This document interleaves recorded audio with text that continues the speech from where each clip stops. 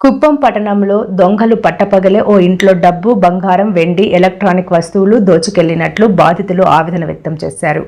Gas godown వెనుక వీధిలో త్యాగరాజు, భారతి నివాసం ఉంటున్నారు.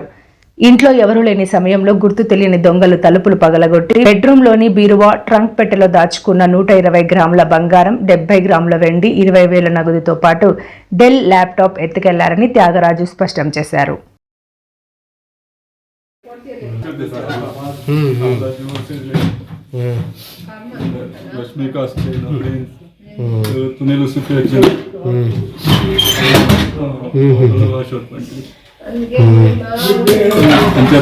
ఓపెన్ పట్టిందా చదువు ఇది ఆల్రెడీ ఓపెన్ అయింది.